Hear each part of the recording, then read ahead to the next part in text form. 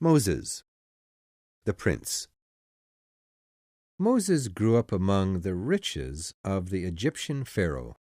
He knew that although he lived in the king's palace, he was an Israelite, and he had pity on his people.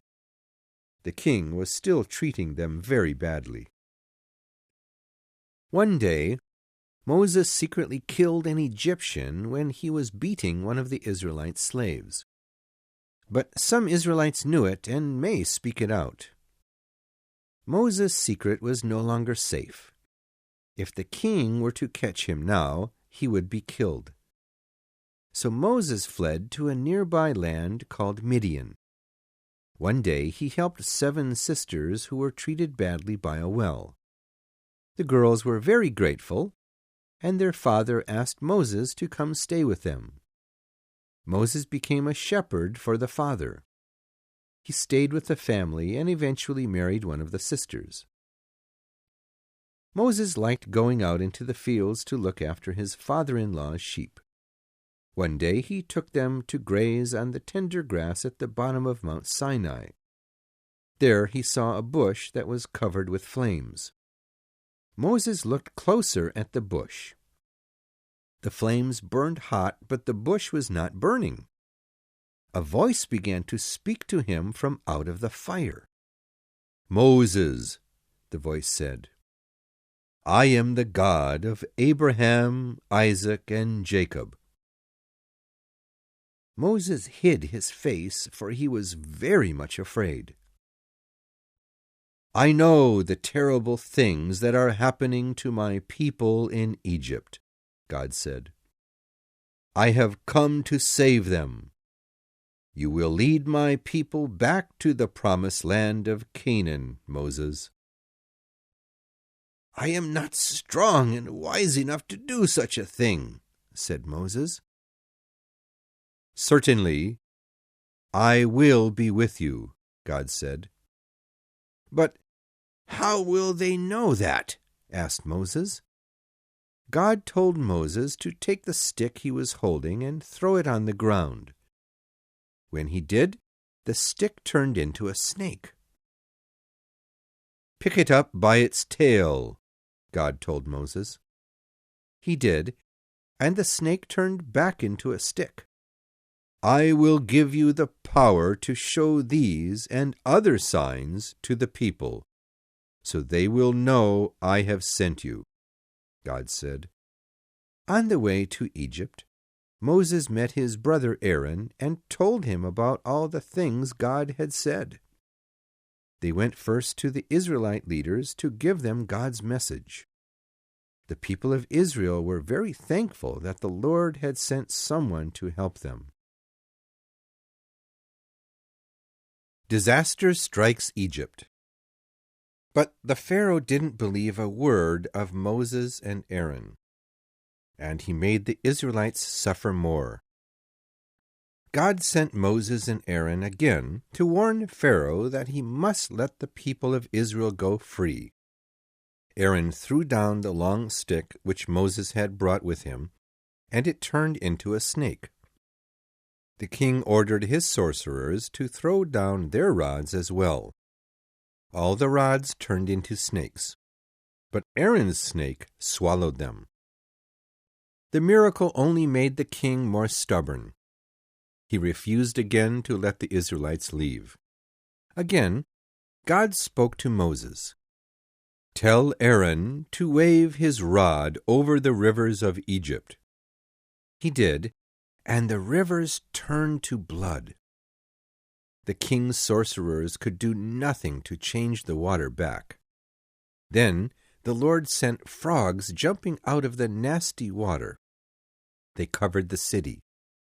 Pharaoh called for Moses and Aaron and promised to do as they asked, if they would get rid of the frogs. The next day all the frogs were dead. When Pharaoh saw that, he refused to let the people go. This time God commanded Aaron to wave the stick over the earth. Tiny lice began to crawl out of the ground and onto the people. Then God sent biting flies to swarm the city.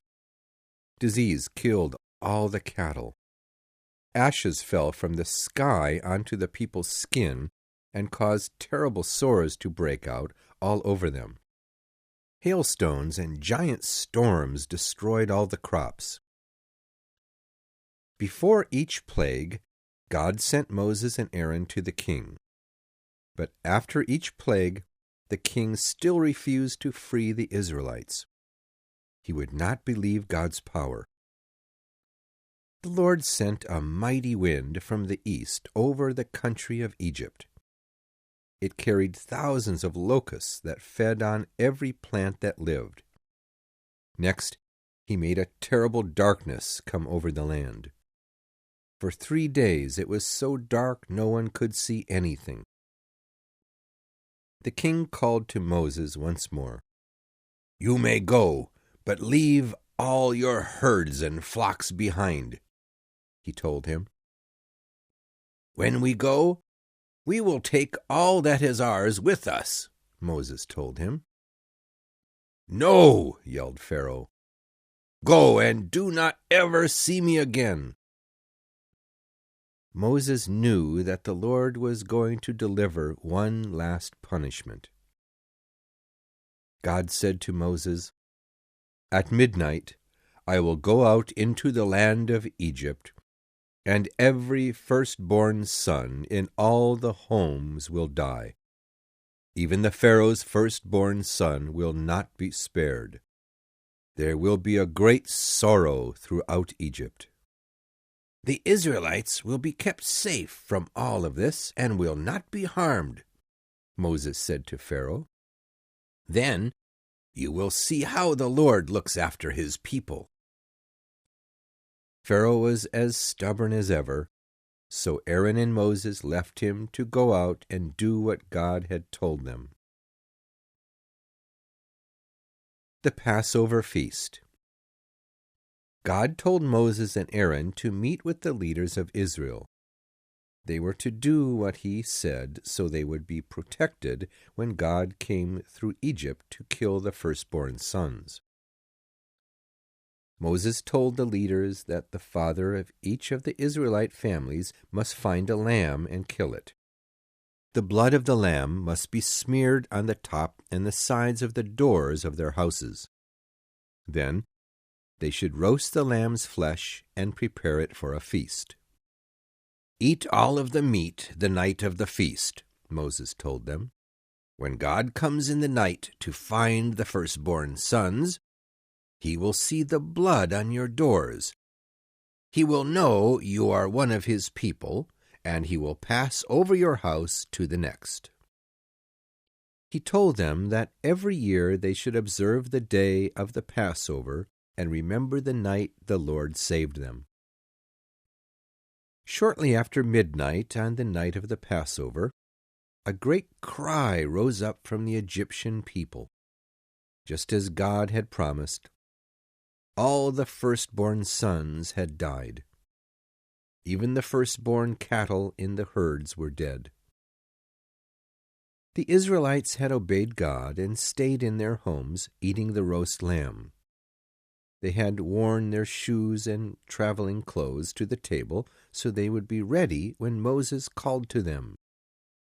Pharaoh sent for Moses and Aaron as soon as he discovered what had happened to the firstborn sons. He knew that this time God had proven he was more powerful than Pharaoh. Now he was very eager to get the Israelites out of his country. "Get away from my people," he said. "Take your women and children and animals too. Leave my country and never come back." So Moses sent word to the Israelites, and everyone came out of their houses and into the street. After all the disasters and plagues that they had to endure, the Egyptians were happy to see the Israelites go. They gave the Israelites gifts to take with them. On that very day, Moses began to lead all the people of Israel out of town, back toward the Promised Land. Journey to the Red Sea. Moses and Aaron led the people of Israel according to God's chosen path. They traveled many miles in the desert before they set up camp beside the sea. Back in Egypt, the king wanted to go back to building the great structures he had planned. But without all the Israelite slaves, there was no one to do the work. He began to regret letting the Israelite people go. So he ordered some of his army to go into the desert and bring back the Israelites.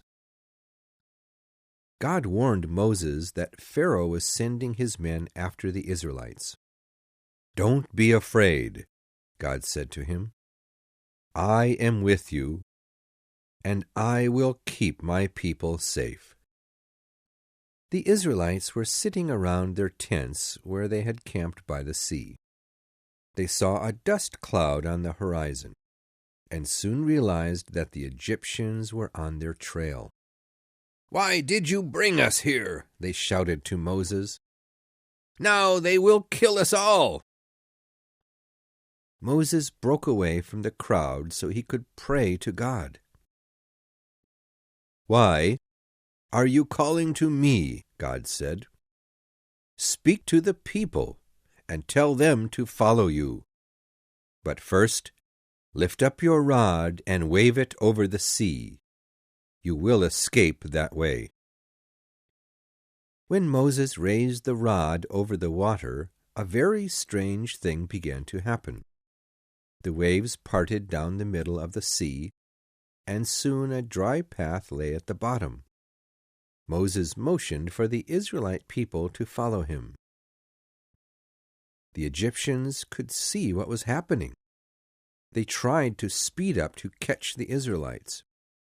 God was against the Egyptians, though. He showed them his power by causing the wheels to fall off their chariots, so they had to drag them along by hand.